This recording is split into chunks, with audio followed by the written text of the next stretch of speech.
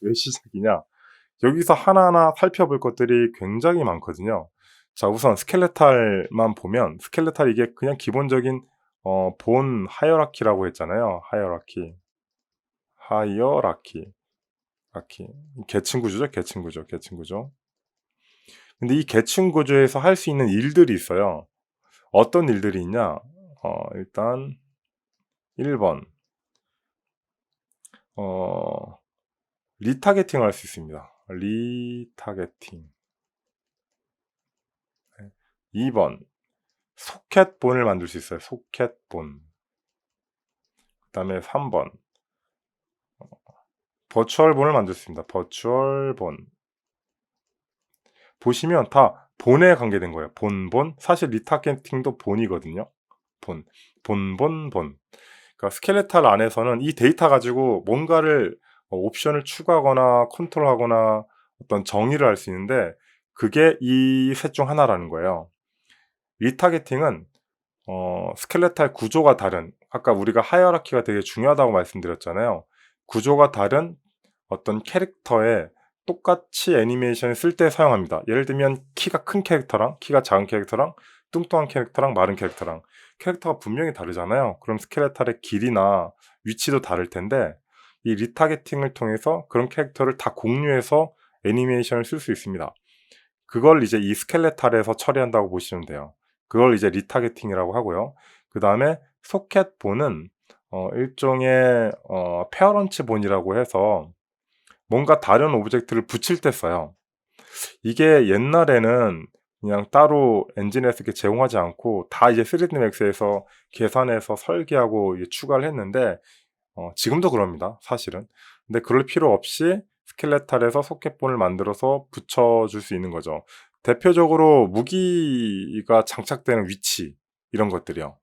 예를 들면 예전에는 무기가 장착되는 위치, 그러니까 장착이 아니라 탈착이겠네요.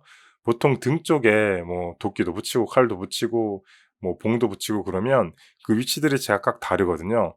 그 위치들을 예전에는 그냥 본 같은 것을 이렇게 배치해 가지고 그 본 위치에 붙였는데 지금은 그렇게 하지 않아도 소켓본을 배치해서 그 소켓에다가 무기 탈착 위치를 붙여낼 수 있습니다. 근데 이런 거 말고도 뭐 다른 어떤 캐릭터랑 인터랙션 한다든가 연결할 때 이 소켓본은 많이 쓰고요. 그다음에 버추얼본은 이제 가상본이에요, 가상본.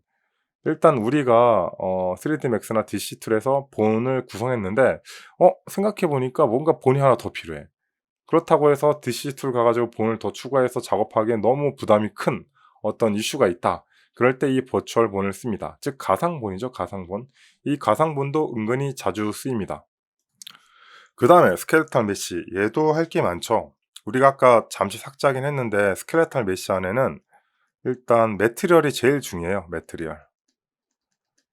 스켈레탈 메시는 이제 쉐이더랑 관계가 깊기 때문에 매트리얼에 관계된 어떤 데이터들이 있고요.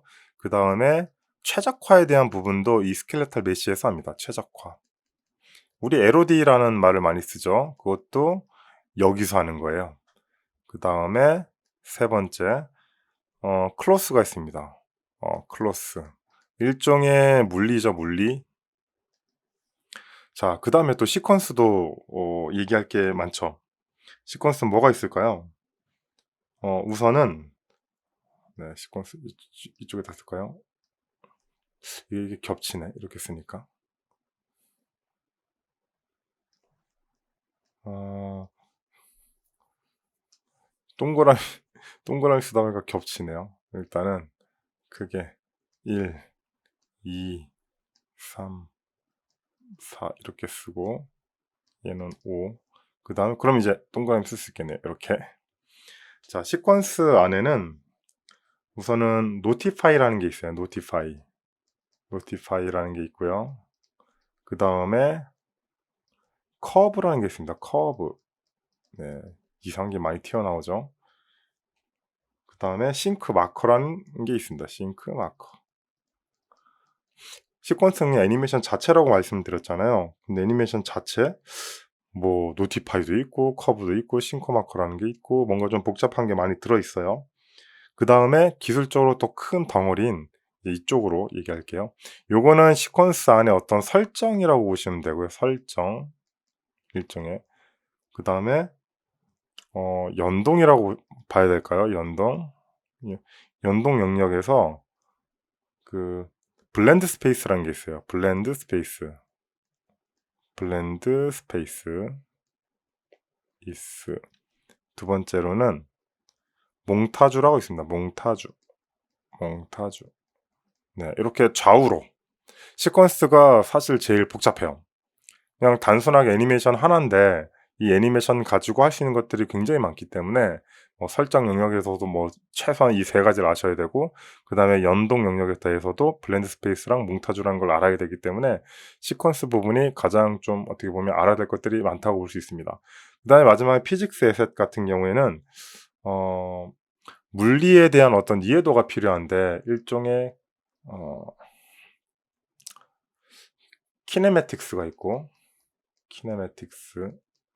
매틱스가 있고, 그 다음에 시뮬레이션이 있습니다. 시뮬레이션.